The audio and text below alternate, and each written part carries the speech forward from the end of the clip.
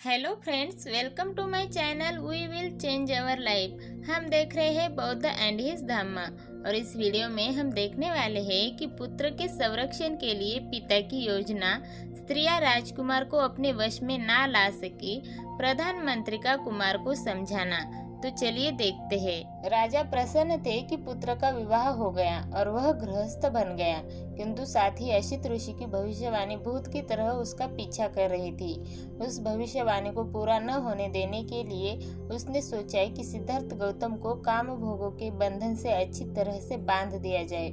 इस उद्देश्य की पूर्ति के लिए सिद्धोधन ने अपने पुत्र के लिए 3 महल बनवाए, एक ग्रीष्म ऋतु में रहने के लिए, दूसरा वर्षा ऋतु में रहने के लिए और एक तीसरा शीत ऋतु में रहने के लिए। उसने इन महलों को हर तरह के भोग विलास के साधनों से सुसज्जित किया। हर महल के गिर्द एक एक सुंदर बाग था, जिसमें नाना तरह के फूलों से लदे हुए पेड़ थे। अपने पुरोहित उदय के परामर्श से उसने निश्चय किया कि कुमार के लिए एक अंतपुर की व्यवस्था करनी चाहिए, जहाँ सुंदर योग की कमी न हो। सिद्धोधन ने तब उदय को कहा कि वह उन षोडशियों को संकेत कर दे कि वे कुमार का चित्त जीतने का प्रयास करें। उदय ने सुंदर योग से इकट्ठा कर कुमार का चित्त लुभाने का संकेत ही नहीं किया, विधि भी बताई। उन्हें संबोधित करके उसने कहा, आप सब इस तरह की कला में दक्ष है। आप सबको राग रंजित चिंत की भाषा का अच्छा परिचय है। आप सब सुंदर है, आकर्षक है। आप सब अपने कौशल्य में कुशल है। आप अपने चातुर्य से उन ऋषि मुनियों को भी जीत सकती है जो कामजित माने जाते हैं। आप उन देवताओं को भी जीत सकती है जिन्हें केवल दिव्य लोक की अप्सराएं ही लुभा सकती है। अपनी कला, अपनी चतुराई, अपने आकर्षण से पुरुषों की तो बात ही क्या, आप स्त्रियों तक को मोह ले सकती है। अपने अपने क्षेत्र में आप सब इतनी कुशल थी कि आप सबके लिए कुमार को कामरूपी रज्जु में बांधकर अपने वश में कर लेना किसी भी तरह कठिन नहीं हो सकता। नवागत वधुओं को जिनकी आंखों पर लाज शर्म का पर्दा पड़ा रहता है, तो यह शोभा देता है कि वे संकोच से काम ले, आप सबको नहीं। निस्संदेह यह वीर भी महान है, लेकिन इससे तुम्हें क्या, स्त्री का बल भी तो महान होता है। यही तुम्हारा दृढ़ संकल्प होना चाहिए। पुराने समय में काशी की एक वैश्या ने एक ऋषि को पथभ्रष्ट कर दिया था और उसे अपने पैरों में लिटाया था, और उस महान ध्यानी प्रसिद्ध विश्वामित्रा को घृताची नाम की अप्सरा ने 10 वर्ष तक जंगल में बंदी बनाकर रखा था। इस प्रकार के अनेक ऋषि मुनियों को स्त्रियां रास्ते पर ले आई है। इस कुमार ने तो अभी तारुण्य के प्रथम प्रहर में पैर ही रखा है। इसका तो कहना ही क्या। जब यह ऐसा है तो तुम निधड़क होकर प्रयास करो ताकि राज्य परिवार की परंपरा बनी रहे। सामान्य स्त्रियां सामान्य आदमियों को वशीभूत करती है, किंतु धन्य है वे जो असाधारण मनुष्यों को वशीभूत करती है। स्त्रियां राजकुमार को अपने वश में ना ला सकी। उदय के ये शब्द स्त्रियों के हृदय को छू गए। उन्होंने कुमार को वशीभूत करने के लिए अपनी सारी शक्ति लगा देने का निश्चय किया, लेकिन अपनी भ्रू भंगिमाओं, अपने कक्षी कटाक्षों, अपनी मुस्कुराहटों, अपने कोमल अंग संचालनों के बावजूद उन षोडशियों को यह विश्वास न था कि उनका जादू कुमार पर चल सकेगा। लेकिन उदय की प्रेरणा के कारण, कुमार के कोमल स्वभाव के कारण तथा सुरा और प्रेम मद के कारण उनका आत्मविश्वास शीघ्र ही स्थिर हो गया।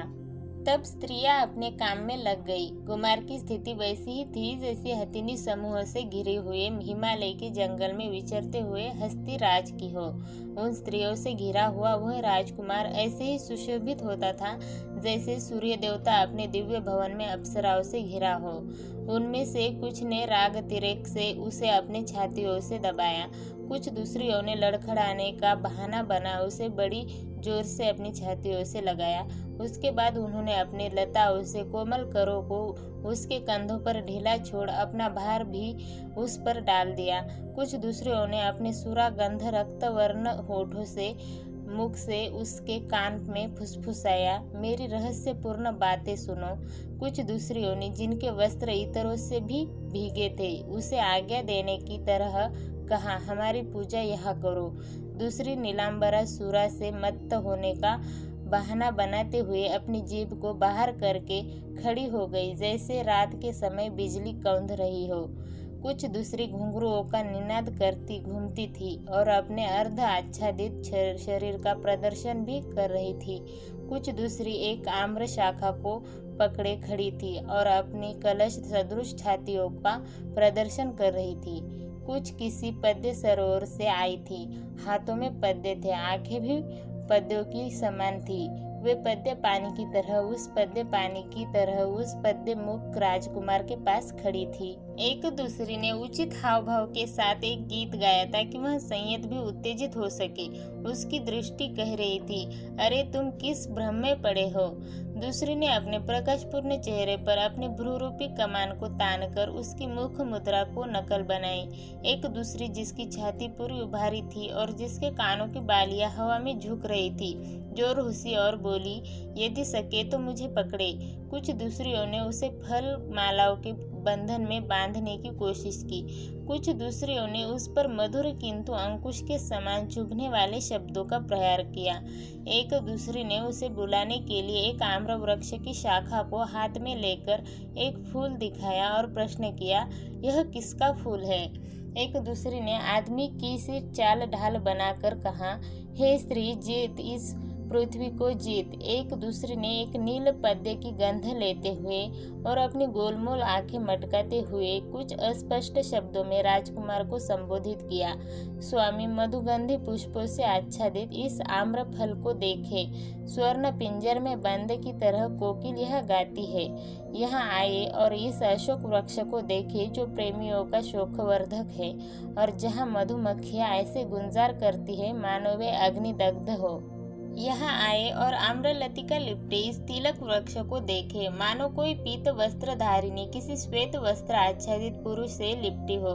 अंगूरी रस की तरह प्रकाशमान पुष्पित कुरुवक वृक्ष को देखे जो कि इस प्रकार झुका हुआ है मानो स्त्रियों के नखों की लाली से आहत हुआ हो।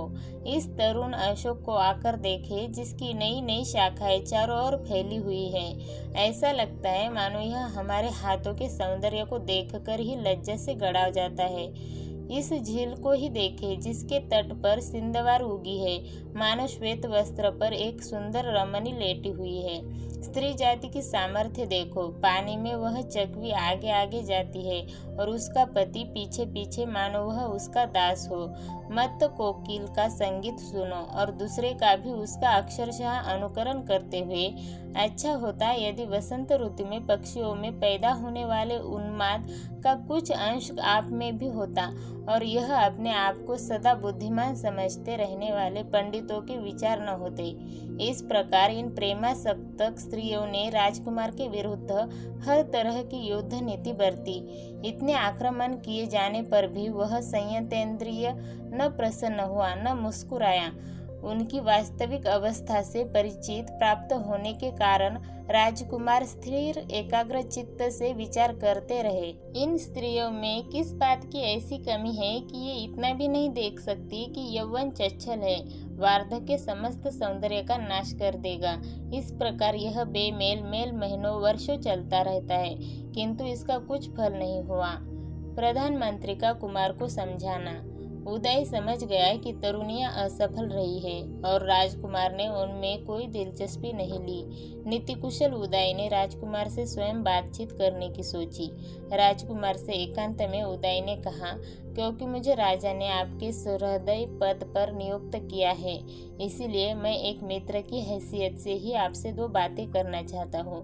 किसी अहित काम से बचाना, हितकर काम में लगाना, विपत्ति में साथ न छोड़ना, मित्र के यही 3 लक्षण हैं। यदि मैं अपनी मैत्री की घोषणा करने के अनंतर भी पुरुषार्थ से विमुख आपको न समझाऊं तो मैं अपने मैत्री धर्म से च्युत होता हूँ।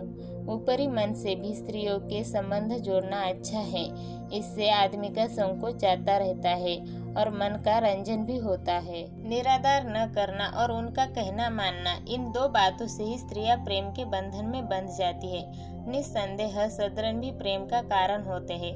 स्त्रियां आदर चाहती है।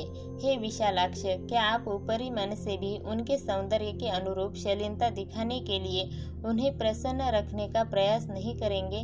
दाक्षिण्य ही स्त्रियों का औषध है, दाक्षिण्य ही उनका अलंकार है। बिना दाक्षिण्य ही सौंदर्य पुष्प विहीन उद्यान के समान है।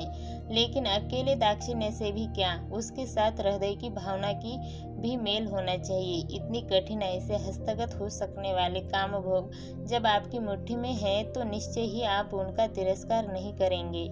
काम को ही सर्वप्रथम पुरुषार्थ मानकर प्राचीन काल में इंद्र तक ने गौतम ऋषि की पत्नी अहिल्या का आलिंगन किया। इसी प्रकार अगस्त्य ऋषि ने भी सौम्य भार्या रोहिणी के साथ रमन किया और श्रुति अनुसार लोपमुद्रा के साथ भी यही बीती। औतथ्य पत्नी मरुत की पुत्री ममता के साथ ऋषि बृहस्पति ने सहभोग किया और भारद्वाज को जन्म दिया। अर्घ्य अर्पण करती हुई बृहस्पति की पत्नी को चंद्रमा ने ग्रहण किया और दिव्य बुध को जन्म दिया। इसी प्रकार पुरातन समय में रागातिरेक से पराशर ऋषि ने यमुना तट पर वरुण पुत्र की पुत्री काली के साथ सहवास किया। वशिष्ठ ऋषि ने अक्षमाला नाम की एक नीच जाति की स्त्री से सहवास किया और कंपिज लाद नाम के पुत्र को जन्म दिया। और बड़ी आयु हो जाने पर भी राजर्षि ययाति ने चैवरथ वन में अप्सरा विश्वाची के साथ संभोग किया। यद्यपि वह जानता था कि पत्नी के साथ सहवास उसकी मृत्यु का कारण होगा, तो भी कौरव नरेश पंडु माद्री के रूप और गुणों पर मुग्ध हो प्रेम के वशीभूत हो गया।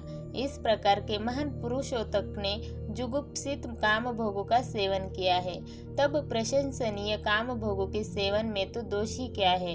यह सब होने पर भी आश्चर्य है कि शक्ति, तारुण्य और सौंदर्य से संपन्न आप उन काम भोगों की उपेक्षा कर रहे हैं जिन पर न्यायतः आपका अधिकार है और जिनमें सारा जगत आसक्त है। अगले वीडियो में हम देखने वाले हैं राजकुमार का प्रधानमंत्री को उत्तर, शाक्य संघ में दीक्षा, संघ से संघर्ष। अगर ये वीडियो आपको पसंद आए तो लाइक कीजिए, कमेंट कीजिए और सब्सक्राइब करना ना भूलिए। मिलते हैं नेक्स्ट वीडियो में। धन्यवाद।